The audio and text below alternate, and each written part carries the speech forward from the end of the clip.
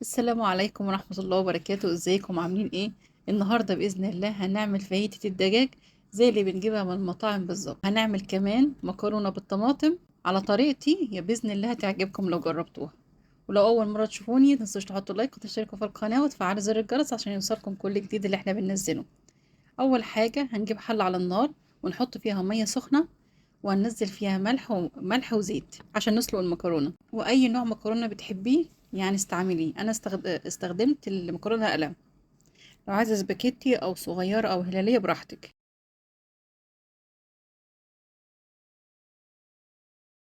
بس كده سلقت المكرونة. هدخل بقى على الفاهيتا. هنجهز الفاهيتا، بس أول حاجة هنجيب صدور فراخ وهنقطعها شرايح رفيعة، وهننزلها في مية وملح وخل وليمون كده قيمة ربع ساعة، وبعد كده هنصفيها. وبعد كده هنصفيها وهنتبلها. التتبيلة مكونة من ملح وفلفل وبصل بودر، توم بودر، بابريكا. في برضو استعملت توابل الشاورما. لو مش متوفر عندك خلاص حط 7 بهارات بس. وهنحط الزيت ومعلقة خل، وهنقلبهم كده مع الفراخ. وكل ده وانا مجهزة الطاسة على النار تسخن معايا. عايزة تسيبيها قيمة نص ساعة ماشي، مش لو مش عايزة تسيبيها فترة خلاص استعمليها على طول زي ما انا عملت كده. التوابل برضو هتكون فيها طعمها قوي.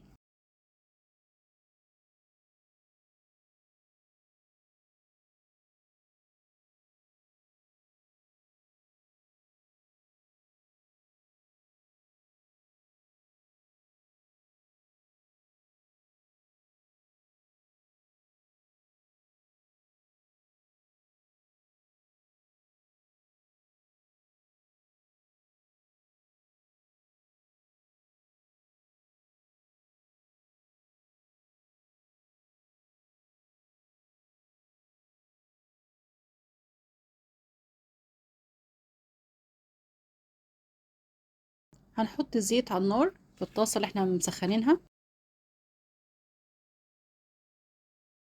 وهننزل بالفاهيتا.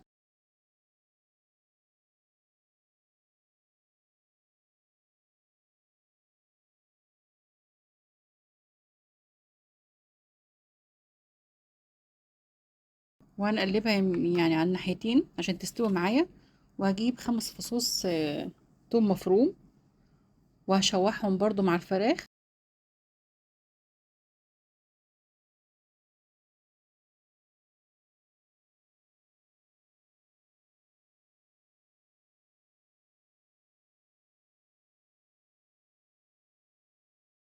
وابدأ اقطع البصل، هعمله شرايح رفيعة.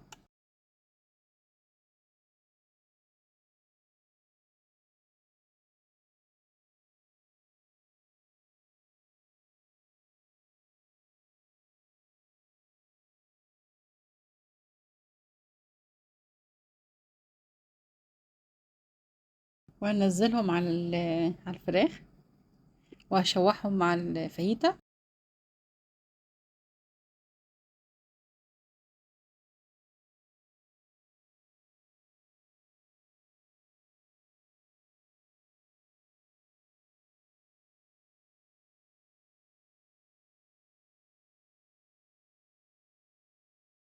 واقطع فلفل اخضر أو لو عندك اصفر، ولو عندك فلفل احمر. كل ده هيدي لون وطعم للفاهيتا، يعني هيبقى شكلها حلو قوي. انا عندي كان متوفر اخضر واصفر بس، قطعتهم شرايح رفيعة.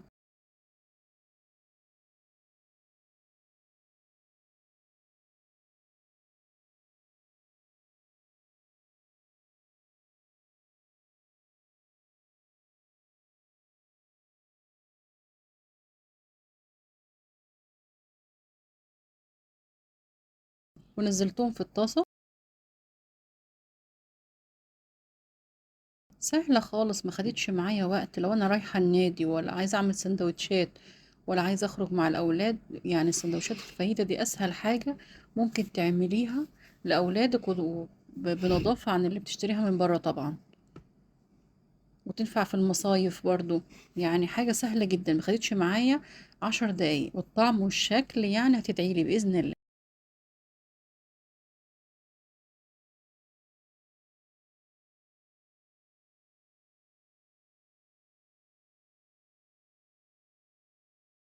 بس كده خلصت معايا.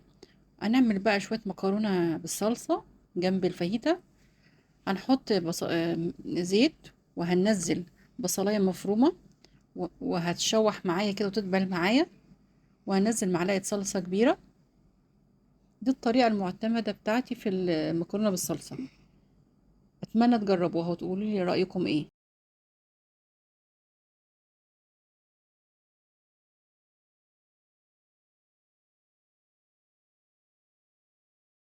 وهنزل كده بعصير الطماطم واسيبهم يتسبكوا معايا.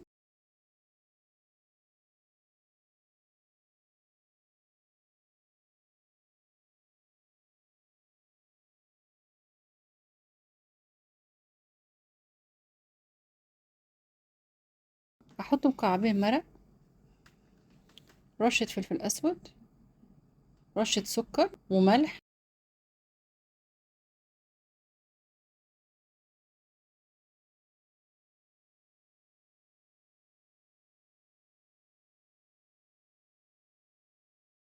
بس واسيبهم يتسبكوا معايا، وهنزل بالمكرونة بقى على تسبيكة الصلصة اللي أنا عملتها.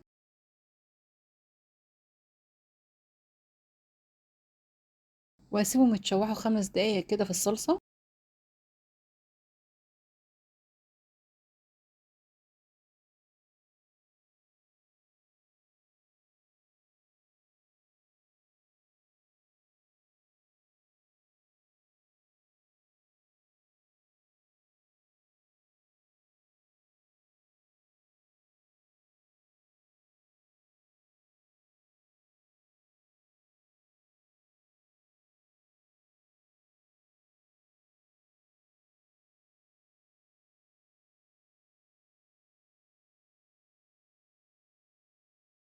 بس كده تكون استوت معايا المكرونة والفاهيتا. هقدمهم جنب بعض كده في طبق. بصي ما خدوش معايا وقت خالص، والطعم خرافي، وتنفع لو انت رايحة المصيف ولا رايحة البحر.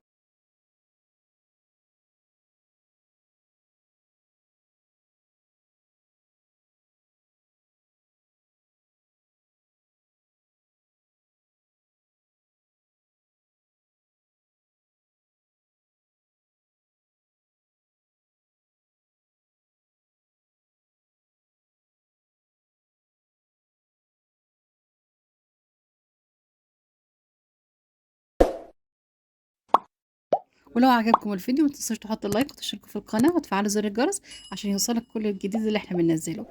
سلام.